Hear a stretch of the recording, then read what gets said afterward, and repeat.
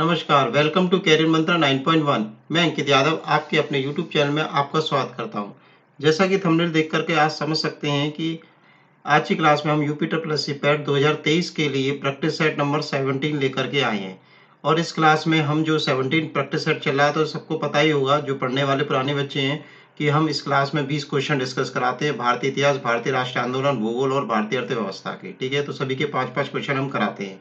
तो इस तरह से 20 क्वेश्चन कराते हैं। ठीक है, तो ये आपके लिए एक चैलेंज है कि आप 20 में से कितने क्वेश्चन सही कर पाते हैं। ठीक है, तो आप चैनल के साथ जुड़े रहिए, चैनल को सब्सक्राइब कर लीजिए, लाइक कर दीजिए, शेयर कर दीजिए और कमेंट बॉक्स में कमेंट भी कर दीजिए।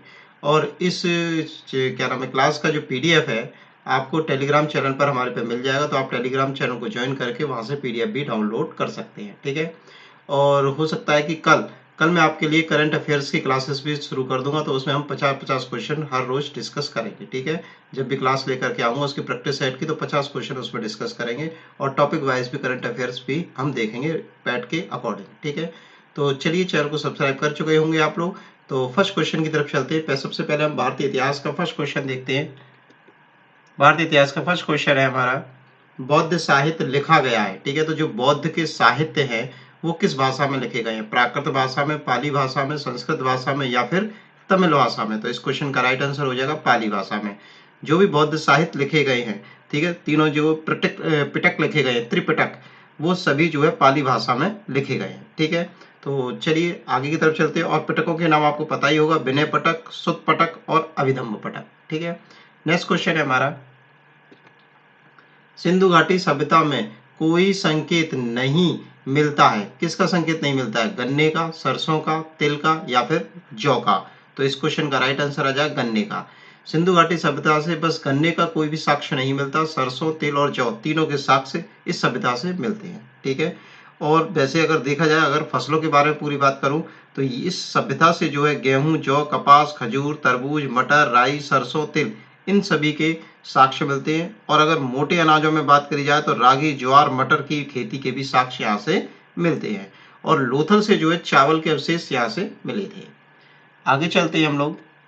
ताजमहल का डिजाइन तैयार किया था, तो ताजमहल का जो डिजाइन है वो किसने तैयार किया था? ठीक है, ताजमहल का ऑप्शन पढ़ लेते हैं। उस्ताद मसूर द्वारा, उस्ताद ईशा द्वारा, उस्ताद रोहिणी द्वारा या उस्ताद शमशेर द्वारा? तो इस क्वेश्चन का जो राइट आंसर हो जाएगा, उस्ताद ईशा द्वारा जो है ताजमहल का डिजाइन तैयार किया गया था। ठीक है, और इसे बनने में जो लागत लगी थी वो 9 करोड़ रुपए की लगी थी, और बनने में समय जो लगा था वो 22 वर्ष का लगा था। कितने वर्ष का लगा था? 22 वर्ष का लगा था, और लागत जो लगी थी 9 करोड़ रुपए लगी थी।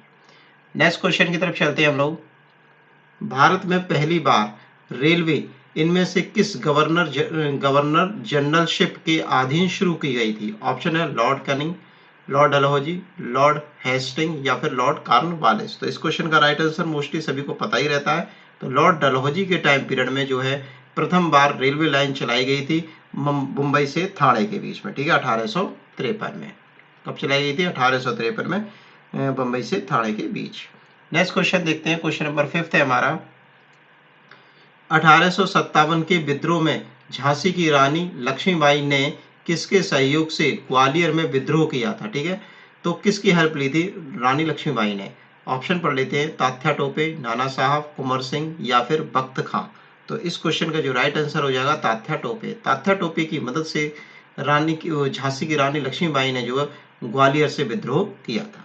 तो इस क्वेश्चन का राइट आंसर क्या हो जाएगा? तात्या टोपे। नेक्स्ट क्वेश्चन की तरफ चलते हैं, और हमारे भारतीय राष्ट्र आंदोलन के क्वेश्चन शुरू हो गए। और भारतीय राष्ट्र आंदोलन का पहला क्वेश्चन है, भारतीय राष्ट्रीय सेना, ठीक है, भारतीय राष्ट्रीय सेना का संस्थापक कौन था? ऑप्शन पढ़ लेते हैं। नेहरू, सुभाष चंद्र बोस, बाल गंगाधर तिलक या फिर गांधी जी? तो इस क्वेश्चन का राइट आंसर हो जाएगा सुभाष चंद्र बोस। सुभाष चंद्र बोस ने जो है भारतीय राष्ट्रीय सेना का संस्थापना की थी। आगे चलते हैं हम क्वेश्चन की तरफ। क्वेश्चन नंबर 6 के बाद 7 है, 1815 में आयोजित कलकत्ता की पहली आत्मीय सभा मतलब कि दार्शनिक चर्चा व्रत के संस्थापक कौन थे? ठीक है, ऑप्शन पढ़ लेते हैं। राजा राम मोहन राय, लाला लाजपत राय, रविंद्रनाथ टैगोर या फिर जवाहरलाल नेहरू? तो इस क्वेश्चन का जो राइट आंसर हो जाएगा ए ऑप्शन।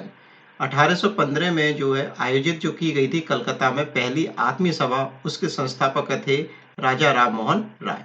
तो ए ऑप्शन इसका सही हो जाएगा। ठीक है, आगे चलते हैं हम लोग। क्वेश्चन नंबर 7 के बाद है क्वेश्चन नंबर 8। वह एकमात्र वायसराय कौन थे जिनकी भारत में हत्या हुई थी? ठीक है, हत्या किसकी हुई थी हमें ये बताना है। ऑप्शन पढ़ लेते हैं। Lord Hardinge, Lord Northbrook, Lord Ellenborough या फिर लॉर्ड मेयो। तो इस क्वेश्चन का जो राइट आंसर हो जाएगा एकमात्र वायसराय जिसकी हत्या की गई थी। ठीक है, हत्या किसकी की गई थी? तो इसका हो जाएगा लॉर्ड मेयो। लॉर्ड मेयो की जो है हत्या कर दी गई थी। ठीक है, तो इस क्वेश्चन का राइट आंसर हो जाएगा लॉर्ड मेयो। ठीक है, आगे चलते हैं हम लोग क्वेश्चन नंबर 9 पर। 1924 में, ठीक है, 1924 में भारतीय राष्ट्रीय कांग्रेस के बेलगांव सत्र की अध्यक्षता किसने की थी? बहुत इंपॉर्टेंट क्वेश्चन, कई बार पूछा गया है। ऑप्शन है सरोजनी नायडू, महात्मा गांधी, रविन्द्रनाथ टैगोर या फिर मोहम्मद अली जिन्ना। तो इस क्वेश्चन का राइट आंसर हो जाएगा बी। महात्मा गांधी ने केवल एक ही सत्र था जिसकी अध्यक्षता की थी, वो था 1924 का बेलगांव का सत्र कांग्रेस का। ठीक है, तो इसकी अध्यक्षता जो की थी वो महात्मा गांधी ने की थी। ठीक है, और ये 1924 में हुआ ही था, और ये जो सत्र था वो 39वां सत्र था। कौन सा सत्र था? 39वां सत्र था। ठीक है, आगे चलते हैं। 10 क्वेश्चन है हमारा। असहयोग आंदोलन की शुरुआत शुरू हुआ था, तो असहयोग आंदोलन जो है कब शुरू हुआ था वो हमें बताना है। ऑप्शन पढ़ लेते हैं हम लोग। 1870 में, 1920 में, 1921 में या फिर 1942 में। तो इस क्वेश्चन का राइट आंसर हो जाएगा 1920 में। असहयोग जो आंदोलन हुआ था वो 1920 में हुआ था। ठीक है, आगे चलते हैं। क्वेश्चन नंबर 10 के बाद हम 11 देखेंगे, और 11 में हम भूगोल के क्वेश्चन डिस्कस करेंगे। पहला क्वेश्चन है हमारा क्वेश्चन नंबर 11। वायु प्रवाह के बीच में पर्वतों के आ जाने से जो वर्षा होती है उसे कहते हैं, क्या कहते हैं? पर्वत अगर बीच में आ जाएंगे, हवा चल रही है, तो उससे वर्षा जो होगी उसे क्या कहते हैं? ऑप्शन पढ़ लेते हैं। पर्वतीय वर्षा, चक्रवाती वर्षा, संवहनी वर्षा या फिर अभिवहन वर्षा। तो इस क्वेश्चन का जो राइट आंसर हो जाएगा पर्वतीय वर्षा। A option is right. ठीक है, इस वर्षा को हम क्या बोलते हैं? पर्वतीय वर्षा बोलते हैं। 11 के बाद 12 है हमारा। सबसे बड़ा नदी मुहाना, ठीक है, सबसे बड़ा नदी मुहाना है। ऑप्शन पढ़ लेते हैं। ओव नदी का मुहाना, गंगा नदी का मुहाना, ठीक है, अमेजन नदी का मुहाना या फिर नील नदी का मुहाना। तो सबसे बड़ी नदी का जो मुहाना है वो है गंगा नदी का। तो B option is right. Ganga नदी का मुहाना सबसे बड़ा है। इस क्वेश्चन का राइट आंसर हो जाएगा गंगा नदी का मुहाना।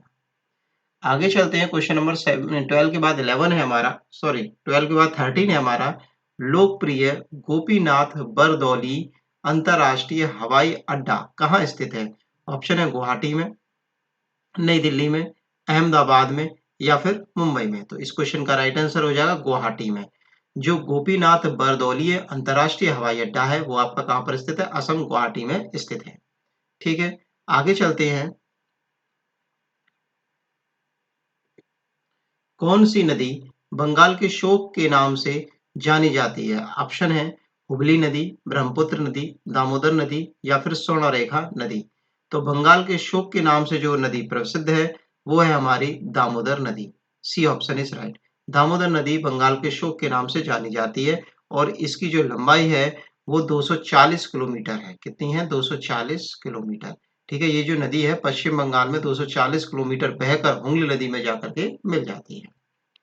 आगे चलते हैं। देश का पहला अल्प आधारित एकीकृत इस्पात संयंत्र कौन सा है? ठीक है, पहला अल्प आधारित। ठीक है, ऑप्शन पढ़ लेते हैं हम लोग।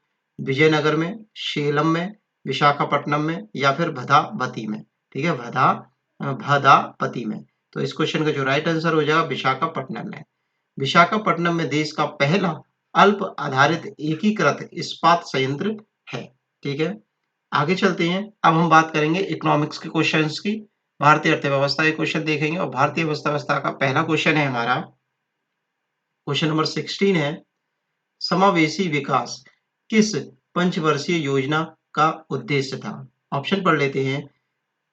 10वीं पंचवर्षीय योजना का, 11वीं पंचवर्षीय योजना का, 9वीं पंचवर्षीय योजना, सॉरी 12वीं पंचवर्षीय योजना का या फिर 9वीं पंचवर्षीय योजना का। तो समावेशी विकास किस पंचवर्षीय योजना में बात कही गई है? तो ये कही गई है 11वीं पंचवर्षीय योजना में। तो 11वीं पंचवर्षीय योजना में समावेशी विकास की बात कही गई है और जो 11वीं पंचवर्षीय योजना है 2007 से लेके 2012 तक चली है। नेक्स्ट क्वेश्चन की तरफ चलते हैं। क्वेश्चन नंबर 17 है हमारा, भिलाई, दुर्गापुर और राउरकेला, ठीक है। भिलाई, दुर्गापुर और राउरकेला में के हरित इस्पात संयंत्रों की स्थापना किस पंचवर्षीय योजना के दौरान की गई थी? ऑप्शन पढ़ लेते हैं। दूसरी पंचवर्षीय योजना, चौथी पंचवर्षीय योजना, पांचवी पंचवर्षीय योजना या फिर छठी पंचवर्षीय योजना। तो इस क्वेश्चन का जो राइट आंसर है, दूसरी पंचवर्षीय योजना में ये तीनों इस्पात के संयंत्र लगाए गए थे, ठीक है। तो दूसरी पंचवर्षीय योजना, ठीक है। अब आगे चलते हैं। हाँ, अब इनमें जैसे कि ये जो किसके सहयोग से लगाए गए थे ये भी हमसे पूछ लिया जाता है, ठीक है। तो जो दुर्गापुर संयंत्र था वो रूस के सहयोग से लगाया गया था, भिलाई जर्मनी के सहयोग से और राउरकेला ब्रिटेन के सहयोग से लगाया गया था। अब आगे चलेंगे हम क्वेश्चन नंबर 17 के बाद 18 है हमारा,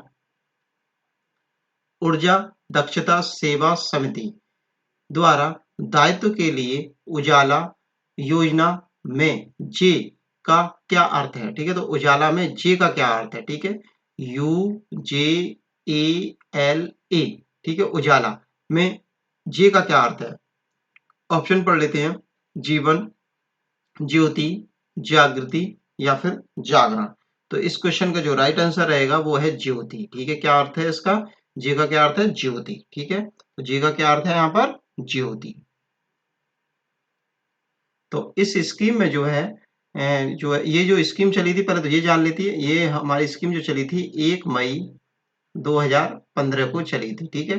और इस स्कीम में 9 करोड़ एलईडी बल्ब की बिक्री हुई थी, ठीक है। इसमें लगभग 550 करोड़ रुपए की बिजली की बचत हुई थी, ठीक है। तो एलईडी बल्ब दे देंगे तो बिजली खपत कम होगी, ठीक है। तो इसलिए इसमें बिजली की बचत हुई थी।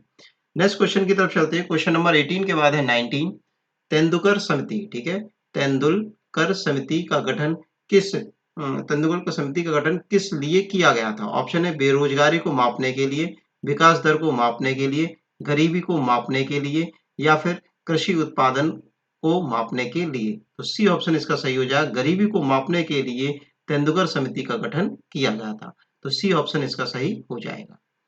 अब क्वेश्चन नंबर 19 के बाद है हमारा 20, निम्नलिखित में से किस शहर में, ठीक है, निम्नलिखित में से किस शहर में यूनियन बैंक ऑफ इंडिया का मुख्यालय है? ऑप्शन पढ़ लेते हैं। मुंबई में, लखनऊ में, बेंगलोर में या फिर कोलकाता में। तो इस क्वेश्चन का देखो, यूनियन बैंक का मुख्यालय पूछा गया, तो इस क्वेश्चन का जो राइट आंसर हो जाएगा मुंबई में। मुंबई में जो है यूनियन बैंक ऑफ इंडिया का मुख्यालय है और जो इसकी स्थापना हुई थी, जो मुख्यालय था, ये 11 नवंबर 1919 में मुंबई में हुई थी, ठीक है। 11 नवंबर 1919 में। और इसकी लगभग इस समय 4300 शाखाएं हैं, ठीक है। सॉरी, 3000 हो गया, 4300 शाखाएं इसकी इस समय मौजूद हैं। अब आगे चलते हैं। अब आगे कुछ नहीं है, आपके लिए ये पूरी आंसर की है, ठीक है। इसके जो भी क्वेश्चंस के आंसर की है, जो भी हमने पढ़े हैं आज, डिस्कस किए हैं, तो सारी आंसर की मैंने यहाँ पे लिख दी है। आपको बस एक काम करना है, चैनल को सब्सक्राइब कर दीजिए, लाइक कर दीजिए, शेयर कर दीजिए। आपको वीडियो जरूर पसंद आ ही रही होगी तो कमेंट बॉक्स में जाके कमेंट भी करिए, ठीक है। कमेंट जरूर करा करिए। कमेंट से क्या हमें मोटिवेशन मिलता है, तो हमें ये पता पड़ता है कि हमारी ये क्लासेस किस तरीके से चल रही हैं, आपको कितनी पसंद आ रही हैं, ठीक है।